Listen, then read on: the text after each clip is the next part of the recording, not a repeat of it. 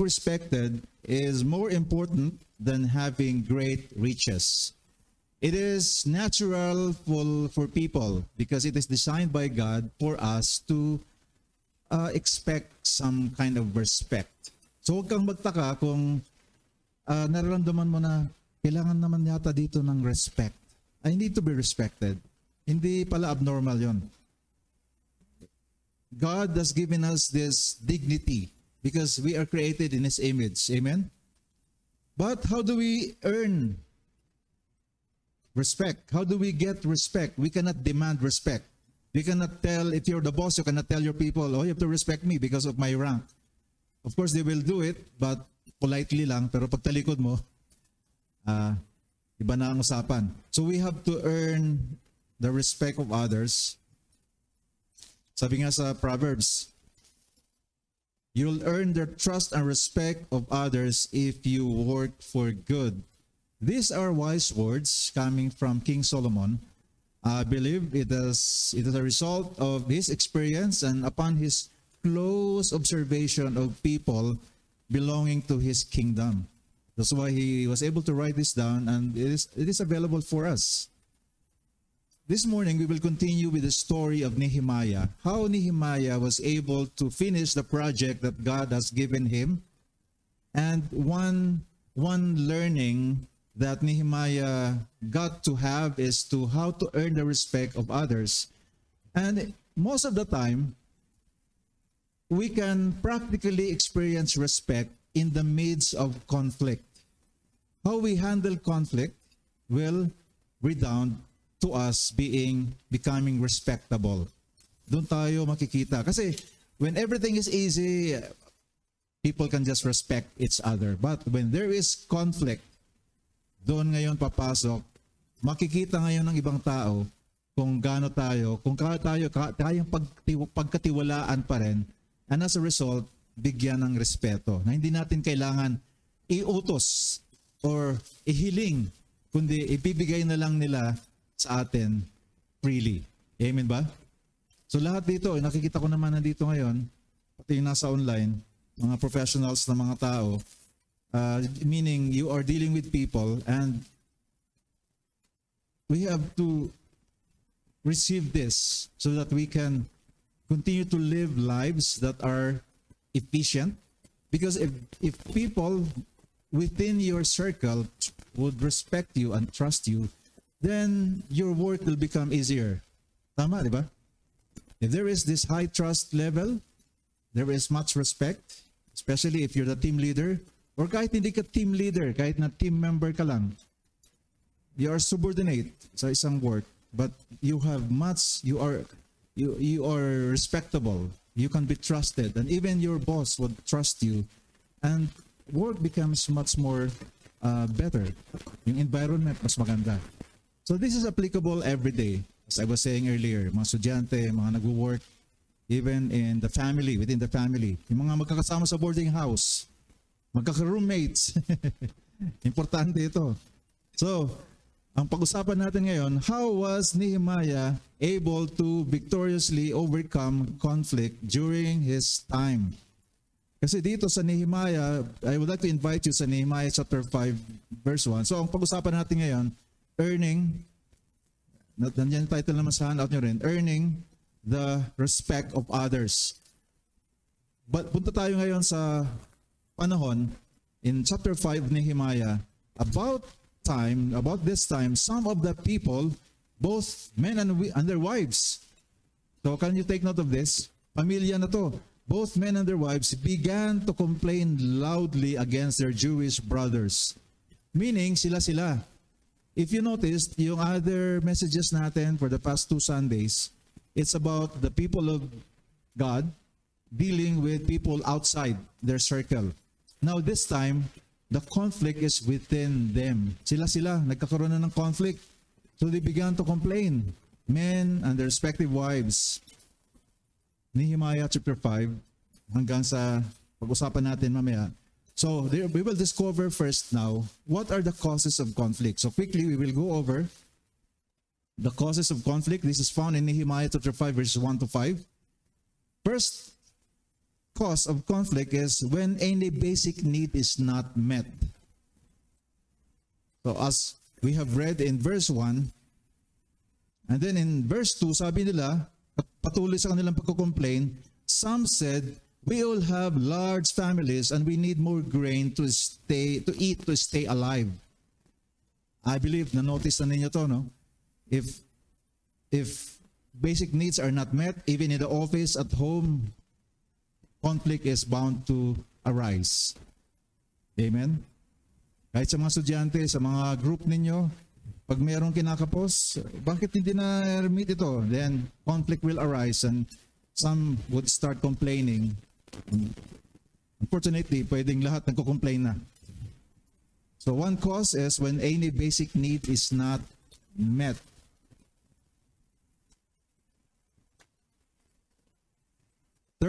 Second is when we feel we are falling behind. When we feel we are falling behind. In Nehemiah chapter 5 verse 3 in your handout, sabi doon, we had to sell our fields, our vineyard, and houses just to keep from starving during this famine.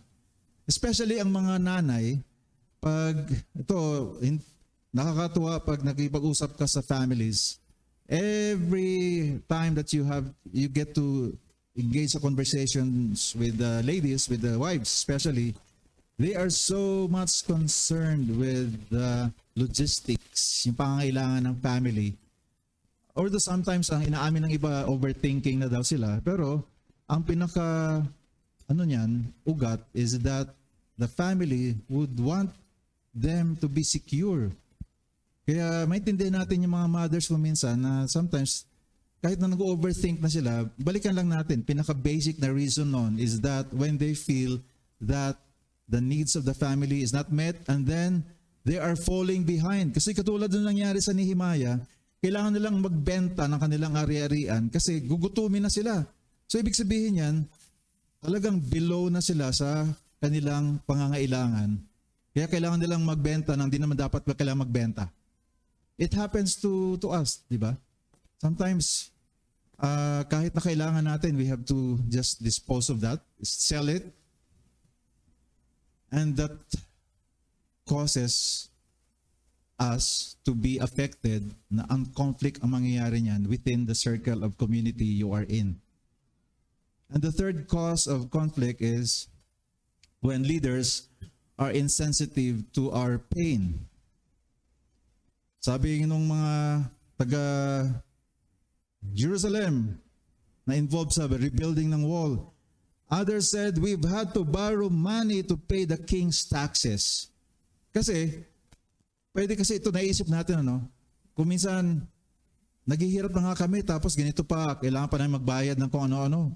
Di ba nila maintindihan? Sana may break man lang sana merong palugit, mga ganyan. Katulad nung experience ng mga taga Jerusalem, nagbabayad pa rin sila ng tax sa king.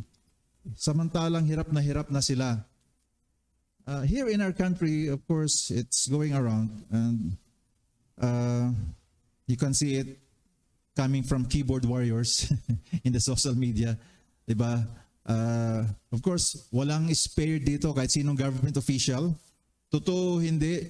Talagang when people are experiencing this first and second reality in their lives, and then napapansin nila na yung mga leaders ay parang hindi pa sensitive.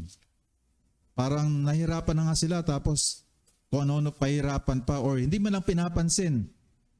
Especially ito, yung nakaraang mga calamities natin, di ba? Feel ba to ng mga natin, ng mga Pilipino? And of course, di naman kailangan lumayo. Sometimes we can experience this even in other organizations, even in those who are close to us. Kaya maganda rin tong message para sa mga leaders among us, sa akin, sa atin. If we are given a chance to be in leadership, then we have to be sensitive to the pain of others. Amen? Kahit na estudyante ka pa pero group leader ka, this is very important. Estudyante, take note of this. Another cause of conflict is when we feel powerless to change our situation. When we feel powerless to change our situation. Of course, in relation to number 3, when we think that the leaders are insensitive, and then when we feel that we cannot do anything about it, then the more that conflict arises. In your handout, in Nehemiah chapter 5, verse 5, sabi nila doon, although we are the same flesh and blood as our wealthier countrymen, and though our children are as good as theirs, we're having to sell our children into slavery. So ito ang sabi ng mga ilang mga Jewish people. Merong mga mayayaman naman, pagpapare-pareho naman tayo, flesh and blood, ng mga mayayaman nating kababayan, yung mga anak nila, ganun din naman, kaedad din ng mga anak natin, kamukha rin naman nila. Pero tayo, kaming mga mahihirap, kailangan naming ibenta pa yung anak namin, magpaalipin para lang kami ay patuloy na mabuhay. So maybe you can imagine how the situation feels during this time. Sabi pa, some of our daughters have already been enslaved, but we're powerless to do anything about it because our fields and vineyards belong to others. Ibig sabihin na isanla na yung kanilang sakahan, na isanla na o nabenta, and then wala na silang maiprovide sa sarili nila, kaya pati yung mga kanilang mga anak, pinapaalila na lang. Sa atin ngayon, ang alila ay maging helper, di ba? At least mayroon yung sweldo. Pero nung time dito, ibenta, one time babayaran ka, akin ang anak mo, she will be my slave until pwede mo na siyang ma-redeem. Kaya ganun ang sitwasyon nung panahon na to. So mga ka-life journey, ramdam natin to when we are finding ourselves. Paano ba to? Paano ito mababago? Wala akong magawa. Insensitive na yung mga nasa namumuno, tapos wala akong magawa. Of course, that's the reason why many years ago I was tempted to engage in activism. Kinakanta ko yung kantang Baliktarin ng Tatsulok. Noon, yun. Diba, when you go to that lyrics, kailangan daw ang mamuno na yung mga nasa Baliktarin ng Tatsulok para yung ilang percent, sila na yung nasa ilalim. Galing to sa ganitong klaseng emotions. Na ang emotions na produce dahil sa reality na nangyayari. So, as a result, conflict. So ngayon, what do we do with this? As leaders, as influencers, as people of God. Kasi if God is with you, if you have Jesus in your life, then you have the Holy Spirit and He is the one empowering you. As a result, you will be impacting the people around you. Kaya tayo ngayon na bigyan tayo ng privilege ng Panginoon Diyos na makarinig ng salita niya para i-welcome natin ito para kung tayo man ay merong responsibilities or we belong to a team, then we will know what to do so that we can earn the respect of others that will produce a better working or studying environment. Amen? So let's proceed. First way to earn. How to earn the respect of others. This is based on Nehemiah chapter 5 verses 6 to 13. First thing that we can do if we belong to God is we empathize with the feelings of others. When we say empathize, this is different from the word sympathize, diba? When we say empathize, we identify with them. For example, as we go to Nehemiah, chapter 5, verse 6. So si Nehemiah, ito na, he was writing about his response to what is happening. Sabi niya, when I heard their complaints and their charges, I was very angry. So that's empathy, identifying with them. Siya rin, nagalit. Kasi ang tendency natin kung minsan, pag merong lumalapit sa ating magsusumbong, nagko-complain, hayaan mo lang yun. Teka, kalma ka lang. Anong nangyayari? Minimize natin yung kanyang nararamdaman. Next time, di na yan pupunta sa'yo eh. Kasi naghahanap siya ng magbabalidate siya na Hindi necessarily na tama siya. Pero nung time na yon, talagang umaapoy siya at kailangan niyang ma-release. So, if you are the person that God is bringing to him or to her para ma-diffuse yung kanyang nararamdaman, then identify, nakakainis talaga yung ganyan, ano? Parang ginawa ni Nehemiah. Ako rin, galit ako sa nangyayari. You identify with the other person. Not necessarily agreeing with the person na tama siya, but you just identify with what is going through with that person at that moment. Baka ang iba nagtatanong, okay lang ba magalit ang Kristiyano? Ang isang anak ng Diyos? Yes, okay lang. Kaya nga, may nakalagay sa Bible, in your handout, nakalagay doon, be angry and yet do not sin. So, okay lang na magalit. Oo nga, nakagalit talaga. Ako rin, galit ako. Pero huwag ka lang magkasala. Galit ka lang. Ang delikado na pag sinundan mo na kung hindi na tama. Nangyari ba yun sa atin? Marami nakakainis ba? Paminsan-minsan? Marami nakakainis. Maglakad ka lang dyan. Sa kalsada. Pag nagda-drive ka, maraming dahilan para mainis. Yun nga, pag naglalakad lang, may papansin ka dyan, basura, kinalat.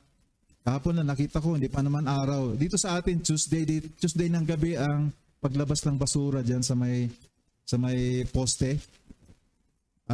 Kahapon, may nakita na ako na basura, nilagay doon sa may kalsada. Nakakainis yun, di ba? Tama ba? Okay lang ba magalit? Pero huwag ka lang magmura. Galit ako sa mga taong hindi sumusunod sa schedule ng paglalabas ng basura. Nung isang araw, nung Tuesday, pumunta ako dito para itapon yung basura natin. Pero bago dumilim, may nagtapon na ng basura dyan sa gilid. Ang baho, grabe, nabubulok na mga sa atin, yung ginawa natin, kasi during the height of the rains dito sa atin, ang utos ng City of Baguio, huwag munang maglabas ng basura para hindi dalhin ng tubig. So, naipon 2 weeks yung basura natin, pero salamat kay Errol, binalot lang nandiyan sa likod ng office. So, Tuesday, naitapon na properly. Pero nakakainis yung nandiyan. Nangangamoy.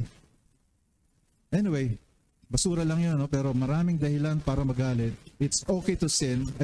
Okay ba? It's okay to be angry. Just don't sin. So, identify with the people. Empathize with the feelings of others. Tungkol sa anger, meron akong nailagay dyan na verse. Si Jesus, nagalit siya one time because of this. Jesus was angry as he looked at the people, for he was deeply disturbed by their indifference to human need. So talagang it's normal for us na magalit at mainis when people are indifferent to the needs of others. Jesus himself became angry during that moment. So identify or empathize with the feelings of others. And the second way to earn the respect of others when we are handling conflict is this. Of course, we have to pause and think before speaking up. In some cases, we speak before we think and pause. Oops. Ay, nasabi ko na. So, dapat, oops muna. And then, bago sabihin. Kasi baka naman di pala kailangan sabihin. For example, what did Nehemiah do after the listening to the complaints and responding to it? So, nagalit siya. Nagalit din siya. Then, after I thought it over, as you can see in your handout, in God's Word translation, after I thought of it over. And in the NIV, I pondered the charges in my mind. So it took him some time to process the things that were brought to him. Yung mga complaints, yung mga reklamo. Kasi pag dumating sa atin yung mga reklamo, nag-text, tumawag, tapos nag-respond tayo kaagad, di pala accurate yung ating response. In the New Jerusalem Bible, sabi doon ang translation, after some deliberation. So he was deliberating the situation. Ano nga ba to? God, what should I do? This is reinforced with what King Solomon wrote in Proverbs 15 verse 28 in your handouts. It's there. Can you please read with me? The godly think before speaking, but wicked people quickly spout evil words without even thinking, without ever thinking. Are we godly? Walang nag-amen. Amen. We are godly because you belong to Jesus. Even if you don't feel godly today, as long as you have Jesus in you, you are godly. Are you godly, people? Amen. By God's grace, by faith, we are godly people because we belong to Jesus Christ. So therefore, as a result, we will not speak without thinking it over. Because you are godly people. Does that make sense? Amen. So if you belong to Jesus Christ, you are godly. So we are not wicked. So meaning, if we are not wicked people, we are not very quick in releasing evil words without thinking about it.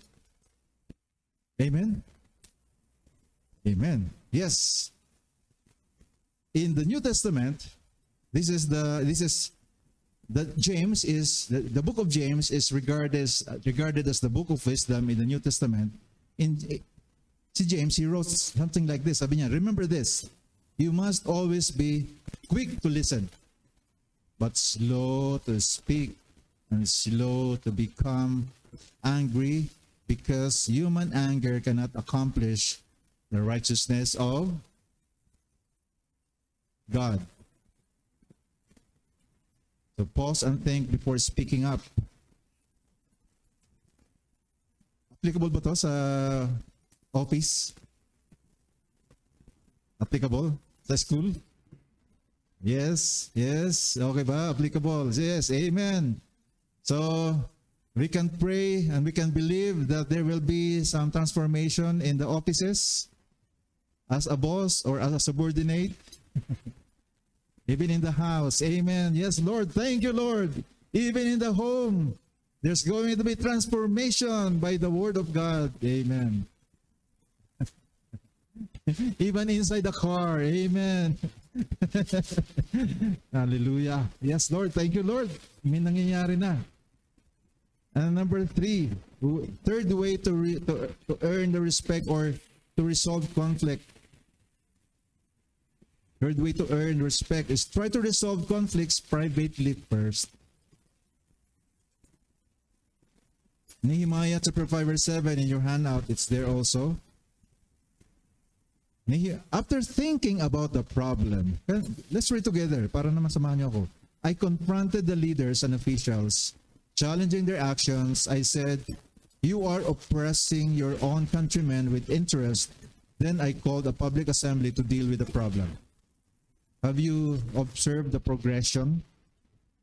After deliberating upon the problem, ang ginawa ni Nehemiah, pinuntahan niya yung mga object ng complaint, yung mga leaders and officials ng Jerusalem, at challenge niya yung actions nila. Sinabi niya, diretsahan na. You are oppressing.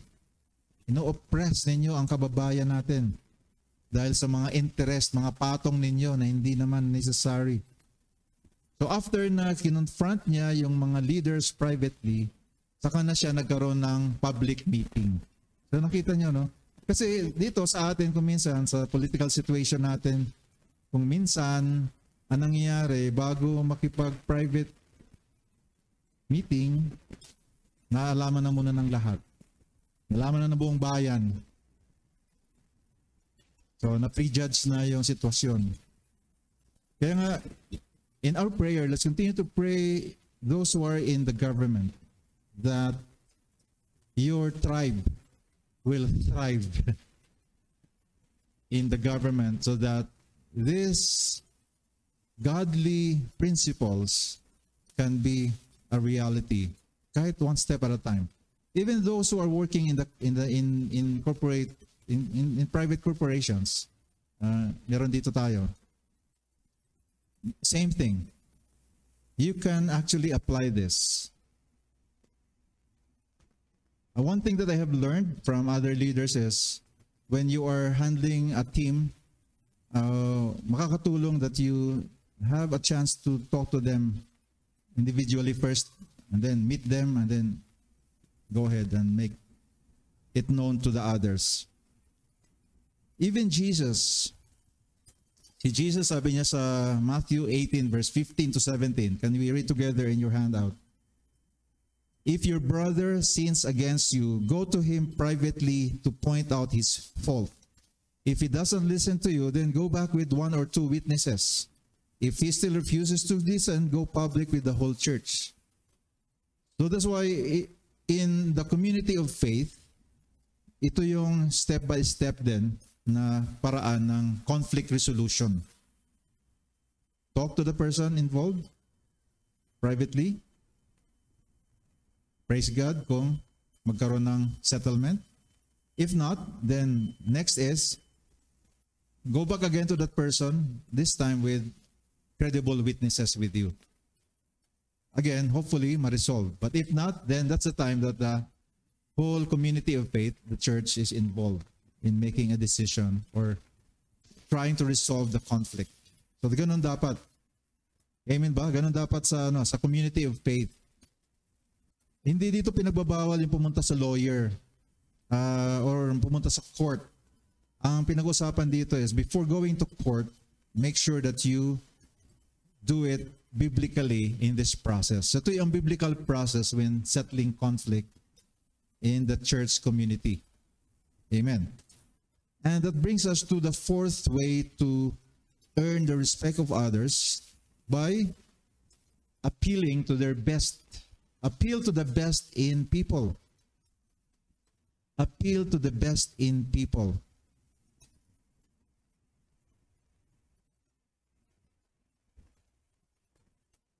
Tinuloy yung ginawa ni Nehemiah when he was confronting with the leaders of Jerusalem.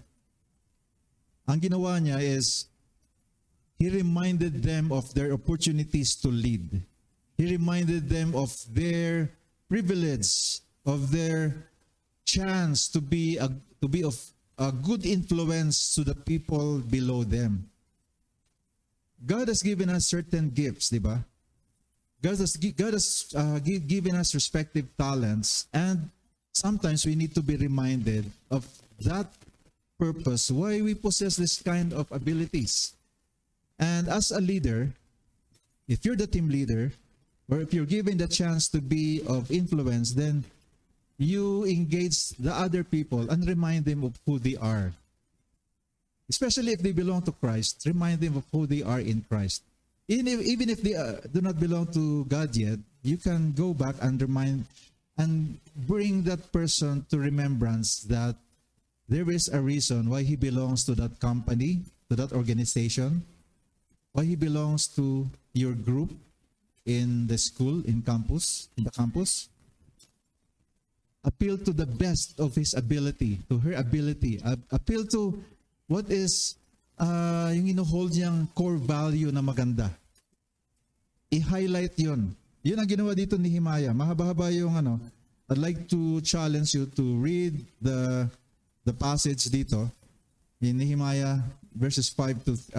chapter 5 verses 8 to 13. Yun ang paraphrase na lang. Pero diretsahan siyang nagsabi kasi sa verse 9, sabi niya, what you're doing is wrong. Remember?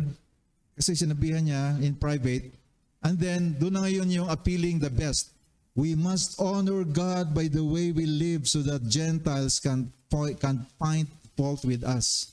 So Nehemiah reminded his fellow leaders, we have to live in a certain manner so that the people who do not belong to God, they will not find fault in us. Amen. So I'd like to, those who are working, you have your own departments, mga sections, units. Think about this. How would you appeal to the best in your people? If you have noticed, si Nehemiah, because he knows where he is standing with God, and siya rin mismo, as we will find out later, so next na Bible verses, that he himself, he has this certain credibility. That's why he has that parang confidence to challenge and appeal to the people who is leading with him. We must honor God by the way we live. So in a company, you can actually bring back, ano ba ang vision and mission ng company ninyo? Sa school, bakit nga ba tayo nag-aaral? To bring honor to our parents. Amen? Diba? Remember, this is a story that I was telling you, mga estudyante.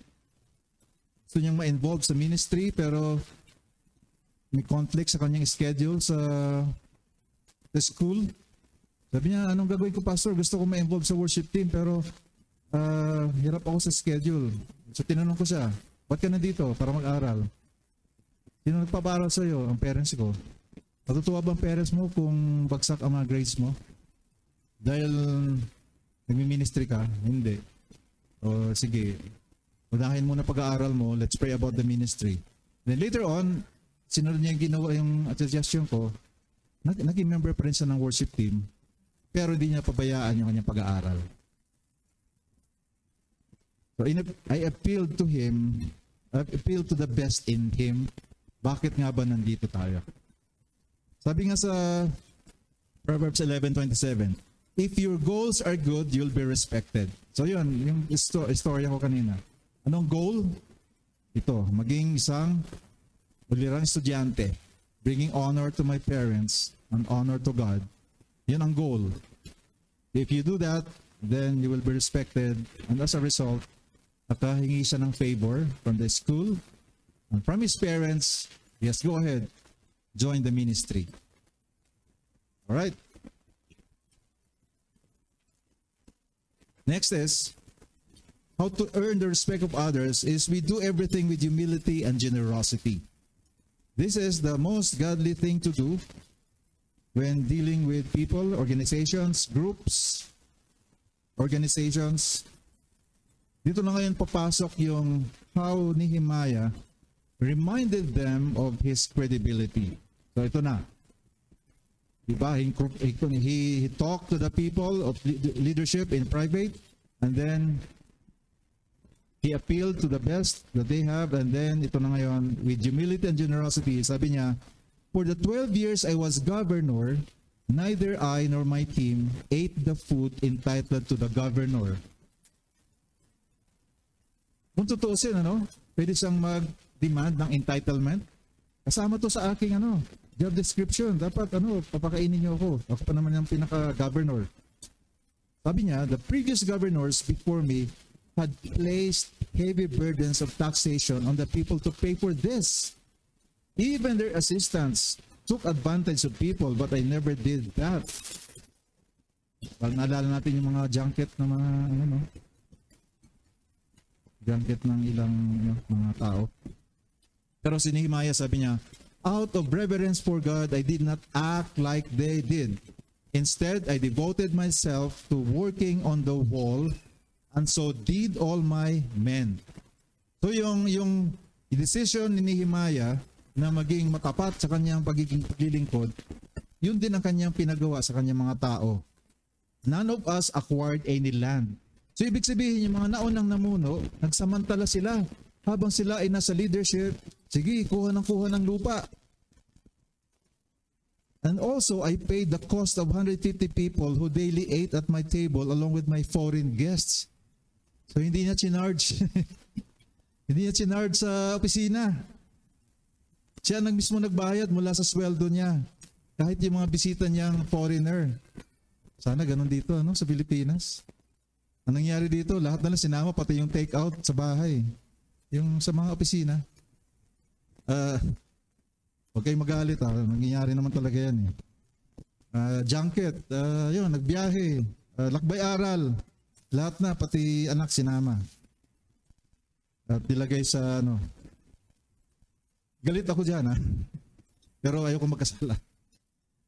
So ito, si Nehemiah ganun. Sabi, in spite of all this, I never demanded what that was due to me as governor because the people were having a difficult time.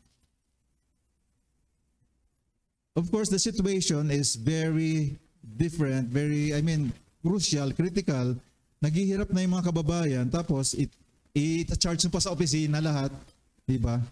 Kumbaga, pumunta ka sa binaha na lugar, nag-rescue mission, nagdala ng tapos ikaw ang kumakain ka ng masarap sa 5-star na hotel, yung nagdala ng mga pagkain sa isang lugar na binaha. Samantalang yung basta nakakainis talaga yung gano'n, no? Parang nung earthquake dito, ang balita, ang pinadadalaw sa Baguio noong 1990, mga corned beef daw. Pero ano kuha lang namin, sardinas, iba-ibang brand. Biglang may bagong brand ng sardinas noon, iba-ibang brand ng sardinas. Wala sa supermarket. Kasi yung pala, iba ang pinangalan kasi basta ito yung mga lesson to sa atin na mga nasa leadership, lalo na yung mga nasa position of decision. Huwag tayong maging entitled. No to entitlement. So, kaya ito, I never demanded what was due to me as governor because the people were having a difficult time. Tapos bumaling siya sa Panginoon Diyos. So remember me with favor, O my God, for all I've done for these people.